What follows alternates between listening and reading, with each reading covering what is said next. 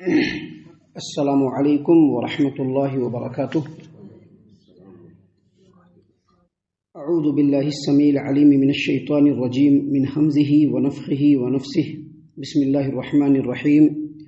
وَلْيَسْتَعْفِفِ الَّذِينَ لَا يَجِدُونَ نِكَاحًا حَتَّى يُغْنِيَهُمُ اللَّهُ مِنْ فَضْلِهِ وَالَّذِينَ يَبْتَغُونَ الْكِتَابَ مِمَّا مَلَكَتْ أَيْمَانُكُمْ فَكَاتِبُوهُمْ إِنْ عَلِمْتُمْ فِيهِمْ خَيْرًا وَآتُوهُمْ مِنْ مَالِ اللَّهِ الَّذِي آتَاكُمْ ولا تكرهوا فتياتكم على البغاء إن أردنا تحصنا لتبتغوا عرض الحياة الدنيا ومن يكرههن فإن الله من بعد إكراههن غفور رحيم ولقد أنزلنا إليكم آيات مبينات ومثلا من الذين خلوا من قبلكم وموعظة للمتقين۔ محترم سامعین کرام، سورۃ النور سورہ نمبر 24 اور اسی سورت سے آیت نمبر 33 اور 34 یہ دو آیات آپ کے سامنے تلاوت کی گئی۔ سامعین کرام، آیت نمبر 33 کا جو پہلا ٹکڑا ہے اس میں اللہ تبارک و تعالیٰ نے ایک ایسا حکم بیان کیا ہے جو انسانی سماج و معاشرے کے لیے انتہائی ضروری ہے، اسلامی سماج و معاشرے کے لیے بھی انتہائی ضروری ہے۔ اس سے پہلے جب اس آیت کریمہ اور اس صورت کریمہ کی تفسیر ہم نے آپ کے سامنے بیان کی تھی اس سے پہلے، تو اس میں ہم نے بتلایا تھا کہ یہ جو صورت کریمہ ہے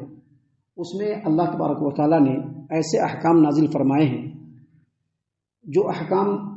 اسلامی سماج و معاشرے کے لیے بالکل ضروری ہے، اور یہ سارے احکام اس پس منظر میں نازل ہوئے کہ جب منافقین نبی کریم صلی اللہ علیہ وسلم کی سب سے پاکیزہ بیوی سیدہ عائشہ رضی اللہ عنہا، جو پاک دامن نبی کریم صلی اللہ علیہ وسلم کی بالکل پاک دامن بیوی، بالکل سب سے چہیتی اور پیاری بیوی سیدہ عائشہ رضی اللہ عنہا کے اوپر جب تہمت لگایا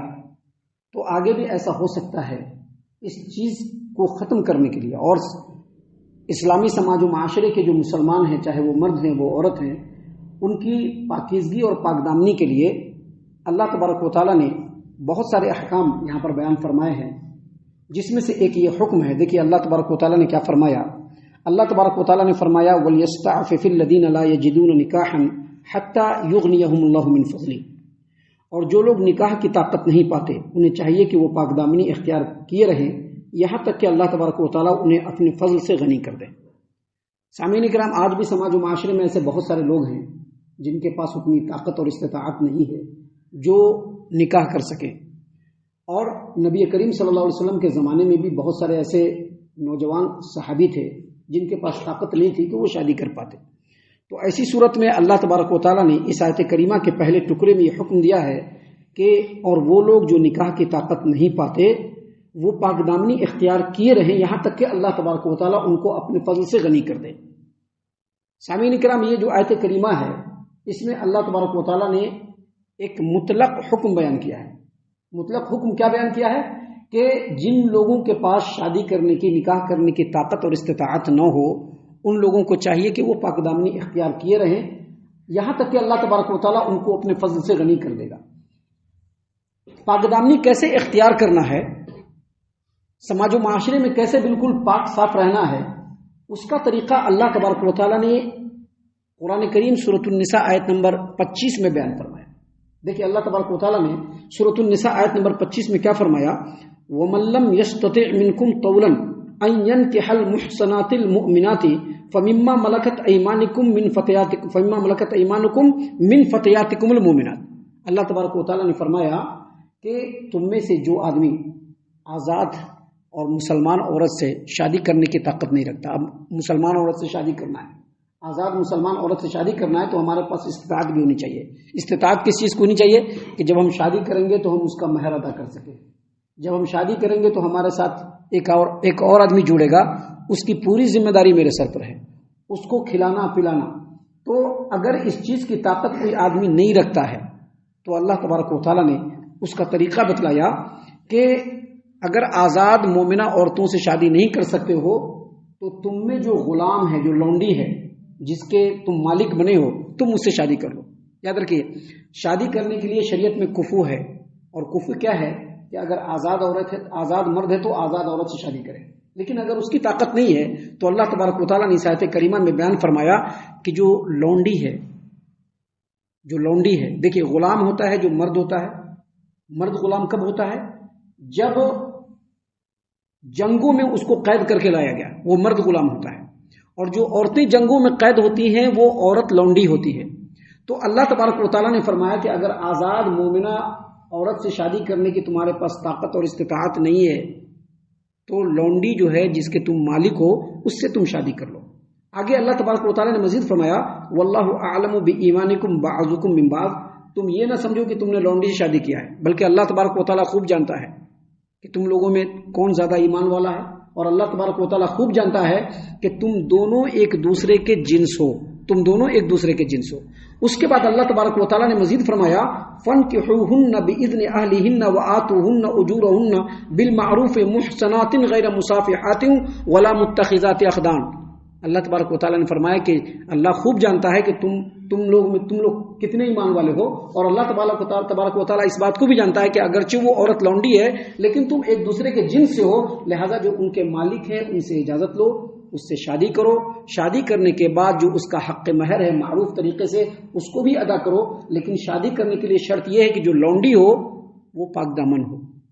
بدکاری کرنے والی اور چوری چھپے عاشقی کرنے والی نہیں ہو، بلکہ پاک دامن ہو، پاکیزگی اختیار کرنے والی ہو، اچھی اور نیک سیرت ہو۔ اس کے بعد اللہ نے فرمایا فَإِذَا أُحْسِنَّ فَإِنْ أَتَيْنَ بِفَاحِشَةٍ فَعَلَيْهِنَّ نِصْفُ مَا عَلَى الْمُحْصَنَاتِ مِنَ الْعَذَابِ۔ اللہ نے فرمایا کہ جب تم ایسی عورت سے جو لونڈی ہے اس سے جب تم شادی کر لو، اور شادی کرنے کے بعد اگر وہ بدکاری کرے تو جو آزاد عورت کی سزا ہے اس کا آدھا کس کی سزا ہے؟ لونڈی کی سزا ہے۔ کیا مطلب یہ کہ آزاد عورت اگر شادی شدہ ہو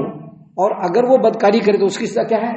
سنسار کرنا، لیکن سنسار کا آدھا نہیں ہو سکتا ہے،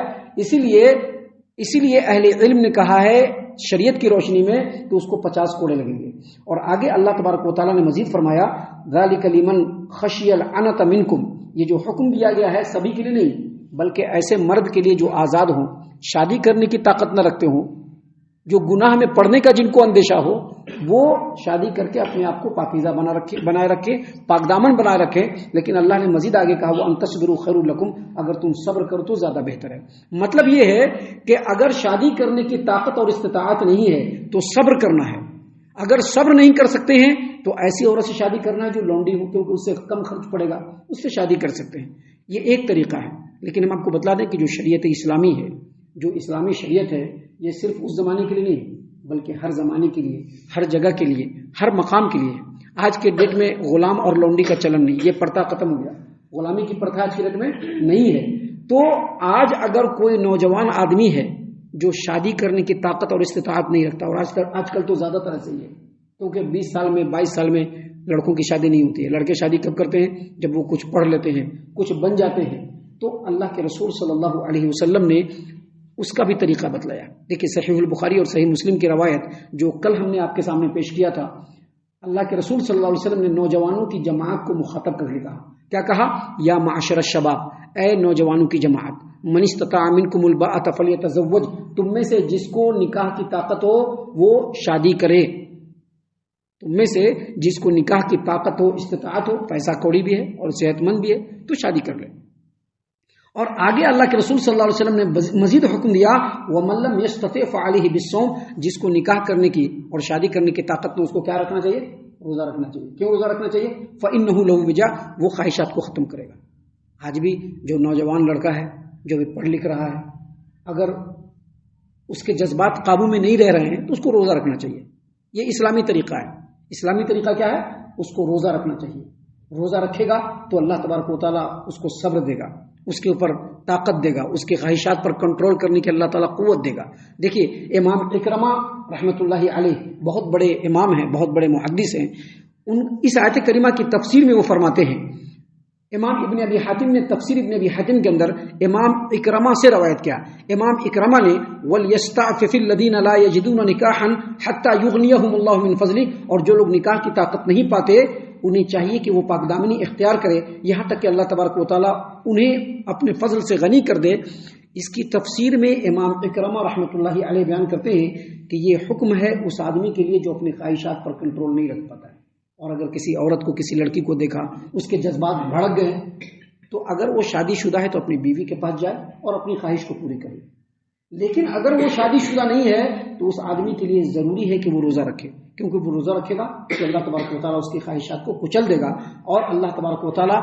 مزید اس کو خیر و بھلائی سے نوازے گا۔ امام اکرمہ کہتے ہیں کہ وہ اللہ تبارک و تعالیٰ کی سلطنت کو دیکھے، زمین و آسمان کی سلطنت کو دیکھے، اللہ سے دعا کرے کہ اللہ تبارک و تعالیٰ مجھ کو پاک دامن بنائے رکھ۔ لہٰذا اللہ تبارک و تعالیٰ نے اس آیت کریمہ میں مسلمان بندوں اور بندیوں سے یہ حکم دیا ہے، ان کو بندیوں کو یہ حکم دیا ہے، ان کو یہ ترغیب دی ہے کہ وَلْيَسْتَعْفِفِ الَّذِينَ لَا يَجِدُونَ نِكَاحًا، پہلے تو نکاح کرو، اور اگر نکاح کرنے کی طاقت نہیں پاتے ہو تو انہیں چاہیے کہ وہ پاک دامنی کو اختیار کیے رہیں حتیٰ یغنیہم اللہ من فضلہ، یہاں تک کہ اللہ تعالیٰ انہیں اپنے فضل سے غنی کر دے۔ اور پاک دامنی اختیار کرنے کا طریقہ وہی ہے کہ روزہ رکھے، اللہ تبارک و تعالیٰ کی سلطنت میں غور کرے، اللہ تبارک و تعالیٰ سے دعا مانگے کہ اللہ تبارک و تعالیٰ تو مجھے پاک دامن بنائے رکھ، اپنا بندہ بنائے رکھ۔ سامعین کرام، ابھی